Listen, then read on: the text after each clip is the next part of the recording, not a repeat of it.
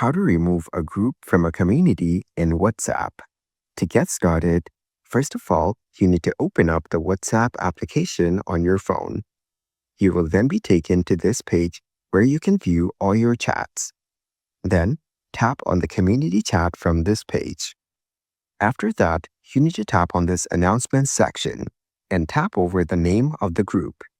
You will then see a menu like this.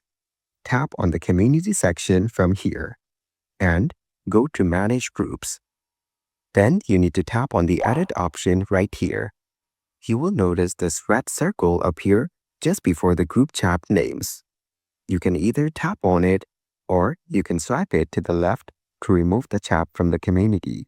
Tap on Remove. And then proceed with your command by tapping on the Remove Group option.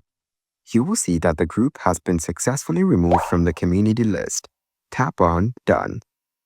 Now, the group is not part of the community anymore, and you won't be able to access any feature of it. So, by following these steps, you can remove a group from a community in WhatsApp.